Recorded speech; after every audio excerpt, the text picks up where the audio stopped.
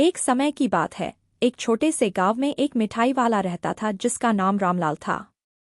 रामलाल की मिठाई की दुकान बहुत प्रसिद्ध थी क्योंकि वह अपने मिठाइयों में शुद्ध सामग्री और अपनी मेहनत डालकर उन्हें बनाता था। उसकी दुकान पर हमेशा भीड़ लगी रहती थी, लेकिन वह कभी भी किसी ग्राहक को निराश नहीं करता था। एक दिन गांव में एक नया दुकानदार आया जिसका नाम मोहन था। मोहन ने देखा कि रामलाल की दुकान पर बहुत ग्राहक आते हैं और उसने सोचा कि अगर वह भी मिठाई की दुकान खोलेगा तो बहुत पैसा कमा सकता है।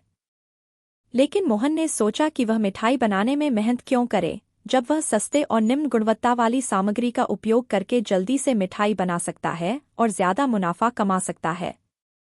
मोहन ने अपनी दुकान खोली और सस्ते मिठाई बेचने लगा। शुरुआत में लोगों को सस्ती मिठाई देखकर अच्छा लगा और वे मोहन की दुकान पर जाने लगे। रामलाल ने देखा कि उसके ग्राहकों की संख्या कम हो रही है, लेकिन उसने अपने गुणवत्ता और ईमानदारी से समझौता नहीं किया।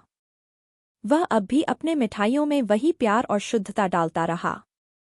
कुछ ही समय में लोगों ने मोहन की मिठाई की सच्चाई जान ली। सस्ती मिठाई खाने से लोगों की तबीयत खराब होने लगी और उन्होंने महसूस किया कि मोहन की मिठाई की गुणवत्ता बहुत खराब है।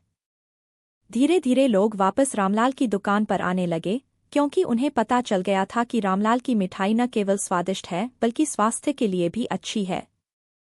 मोहन की दुकान बंद हो गई और वह गांव छोड़कर चला गया। रामलाल ने अपनी मिठाई की गुणवत्ता में कभी कमी नहीं आने दी और उसने सबको सिखाया कि सच्चाई और मेहनत का कोई विकल्प नहीं होता। इस कहानी से हमें यह सीख मिलती है कि शुद्धता, ईमानदारी और मेहनत का महत्व हमेशा सबसे ऊपर होता है। चाहे कितनी भी मुश्किलें आएं, सच्चाई और मेहनत का फल जरूर मिलता है। मोहन ने सस्ते मिठाई बेचकर जल्दी पैसे कमाने की कोशिश की, लेकिन उसकी चालाकी ज्यादा दिनों तक नहीं चली। जबकि रामलाल ने अपनी गुणवत्ता और ईमानदारी पर डटे रहकर अंत में सफलता प्राप्त की। रामलाल की कहानी यह संदेश देती है कि जीवन में सच्चाई और मेहनत का मार्ग ही सही होता है। हमें कभी भी लालच में आकर गलत रास्ता नहीं अपनाना चाहिए।